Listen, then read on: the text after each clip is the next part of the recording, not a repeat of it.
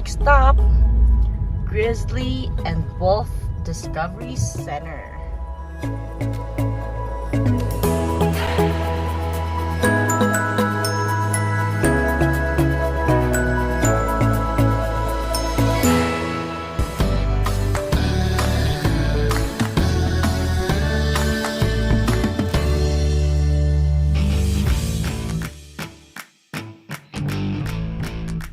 Okay, we're heading to see the real animals. The live animals.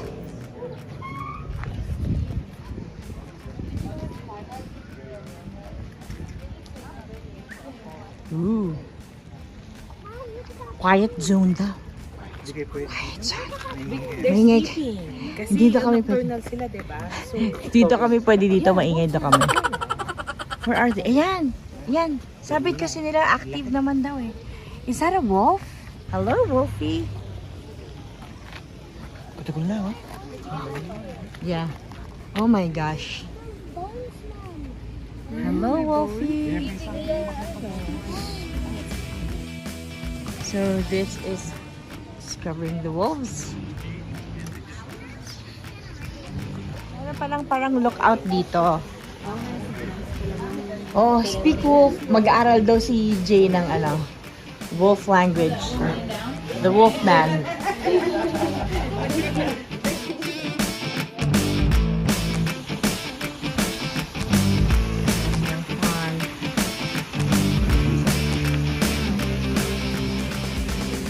Oh, there, Papa. He's walking.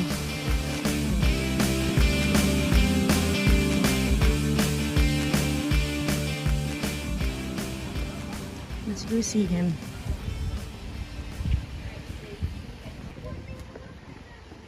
Where'd he go?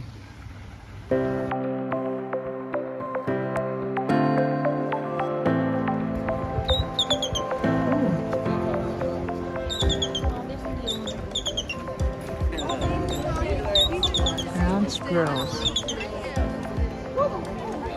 Park staff is bringing in fresh leaves.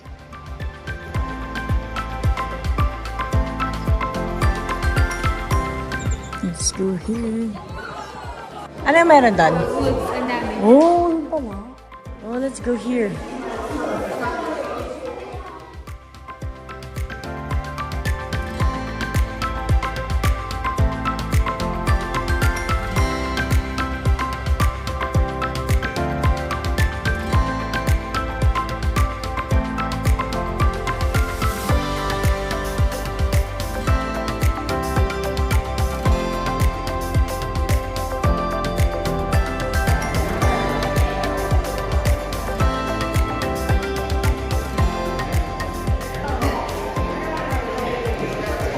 Galing pa ng Alberta eh.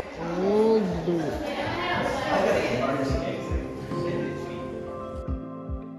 Dito, they're investing in yung mga den nila. Parang binibuild din yung habitat nila.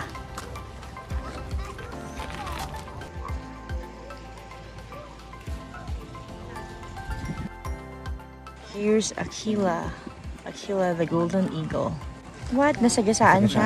Napagalitan na naman ako. This is the choice of words. That's what I mean. Nabundol na siya ng truck dati.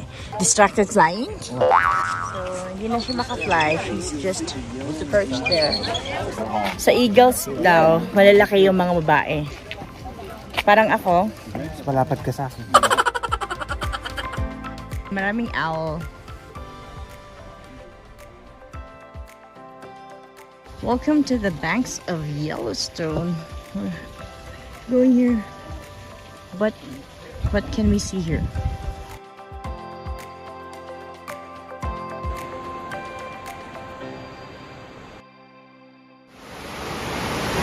Fish.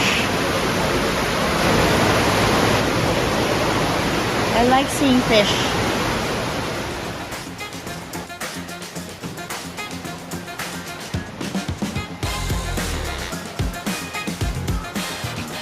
Parang gusto ko tuloy lumangoy. Tapos magbasa. Yun yung Yellowstone Proud. Ito yung mga non-native fish. Okay, let's go. Ito na yung mag-tour guide. About this fish. Arctic grayling. You don't like amphibians? Kasi parang mga slimy. Ito parang bangkya. Parang slimy. Ay, gutom na si Jay, bangus daw. From there yung otters. And they will die here. Baka wala tayong makitang otters here. They're not feeding.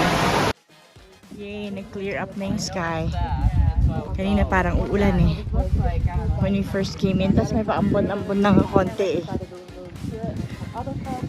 Clear skies.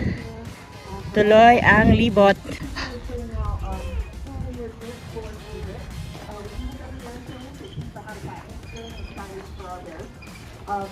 Oh my gosh. Bakit kasama niya yung mga crows? Tambay lang. Friends sila. What is it? When you're hiking or when you're recreating, make sure you're using those dirty different containers. Make sure you are packing out whatever you pack in. So, Is it just the one bear that's out today? I think there's more.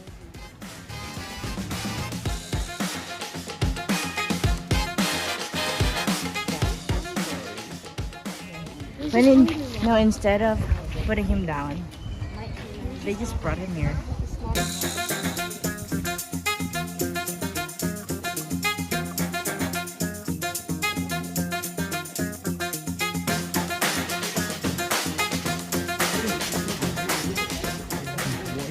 Kubarkada niya yung mga ibon.